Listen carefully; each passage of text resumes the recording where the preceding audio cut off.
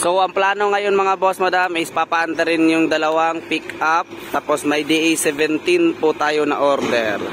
So ganito ko mamili, check na yung chassis, so andar na lang yung kulang. Yung isa naman is okay din yung chassis, wala ding problema. Yan, dalawang okay. So paandar na lang yung kulang. Yung DA17 4x2 Triptonic, yan yung papaandarin natin, yung tatlo. Kung sino yung mas okay, yun yung kukunin natin. So about dito is 4x2 lang na pick up.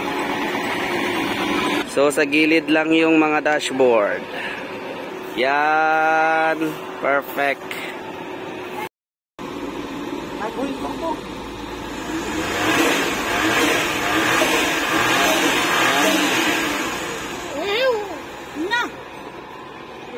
Yan, ito yung nakuha natin na 3-layer smiley fog lamp, original na mags na Nissan.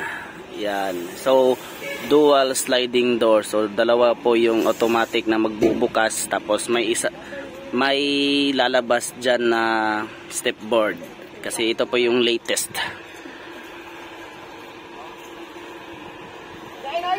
Yan, naka-cellophane pa. So, i-convert lang dyan, punta doon. Saka yung aircon, babalik ta rin.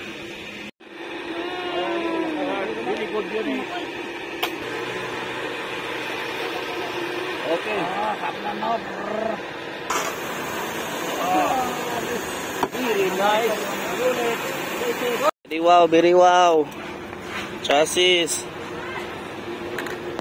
Very wow, 4x4.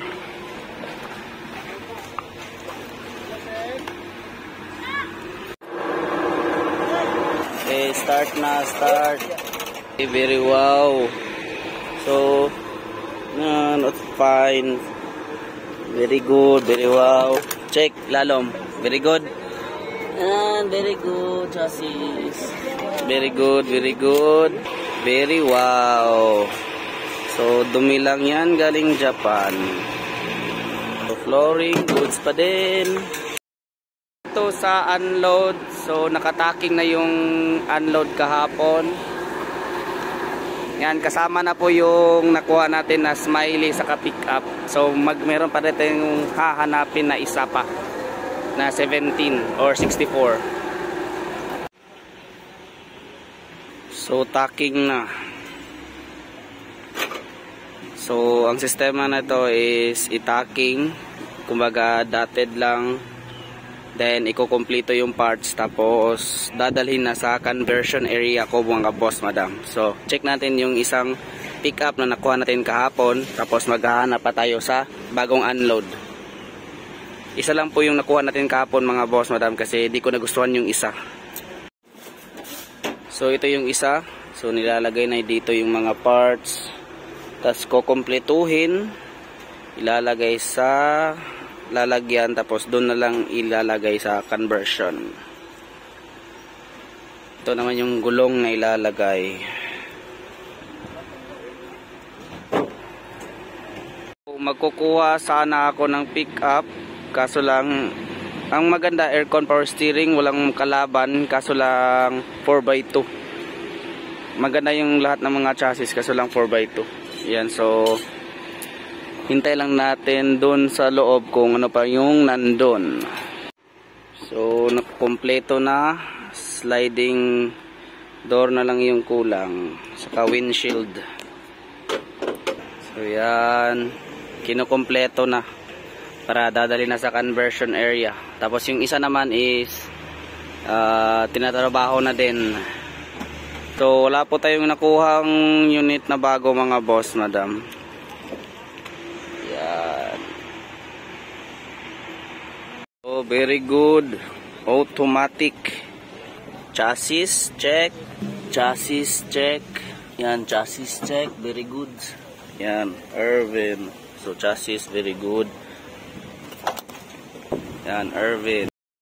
So, good day mga boss madam. So, wala po tayong nakita sa kabilang yard. So, lilipit po tayo sa kabilang yard na meron ding unload. So in-update ko din yung buyer natin sa ibang bansa yung nag-order ng 17, kung walang 17 is 64 V.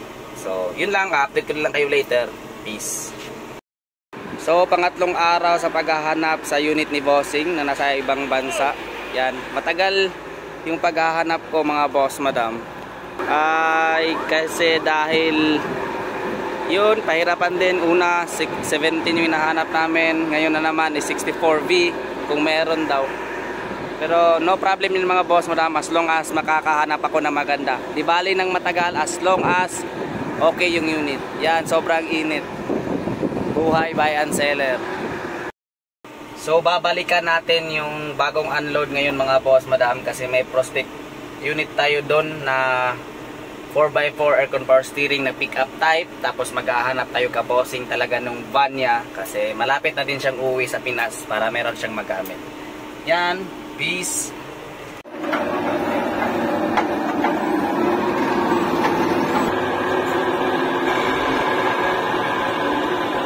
Chassis, very wow, very wow. Okay, very good, very good. So chassis check, very good.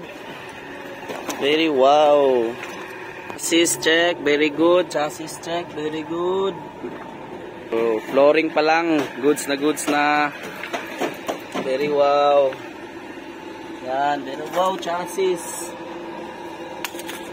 So 4x4 aircon power steering. So mahal na mahal po to mga boss madam, dahil po deflock po. So bihira pa lang po tong dumadating. Yan. So naka-mags na din po mga boss.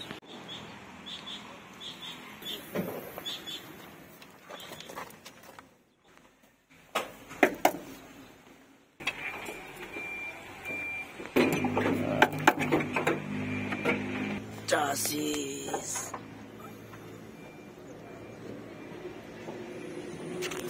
Sa wakas, nagkakita din sa order sa buyer ko na nasa ibang bansa. So, done na po na paandar. So, goods na. Tapos ito naman yung available na 4x4 aircon power steering.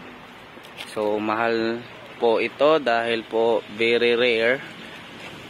Isa pa din is naka Japan mags na. Yan, Japan mags. Tapos 4x4 na first time din na naka-deflock. So naka-deflock po mga boss madam. So aasahan ninyo na hindi po ito na usually na presyo sa mga nabenta ko. Kasi bihira lang po ito dumadating mga boss madam. Yan. So ito yung ito yung ibibigay na natin na i-off-road type natin na kahit 4x2 automatic. So off-road type natin. Yan, very wow, very wow, very wow. O yung isa, pasilip, very wow din. So, Irvin. Very wow. Irvin.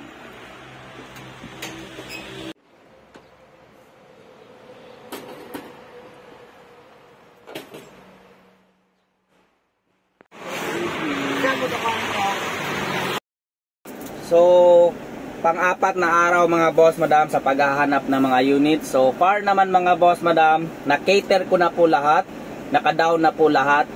So, may isa po akong available, kung nakita niyo sa video ko ngayon, na deflock na 4x4 aircon power steering. Pero, yun, masyadong mahal po yun mga boss madam. Malaki po talagang agwat dahil paminsan-minsan lang po lumalabas ang deflock. So, shout out din buyer sa van. Yung last na nakuha ko today is palagi po siyang nagpapadala ng GCash pangkain. Yan. Thank you Bossing sa pagdadala, pinapadala mo. Yung una pangkain, ngayon yung nakaraan naman pang merienda, ngayon naman pang merienda. So yun malaki talaga yung mga binibigay ni Bossing. Thank you Bossing. Peace. Gusto mag-order, just pay my Facebook account, Irvin Lopez Flete. Huwag mahiyang magtanong, feel free to ask. Hanapan natin kung saan talaga kakasya yung budget ninyo. Huwag lang mahiya mga boss madam.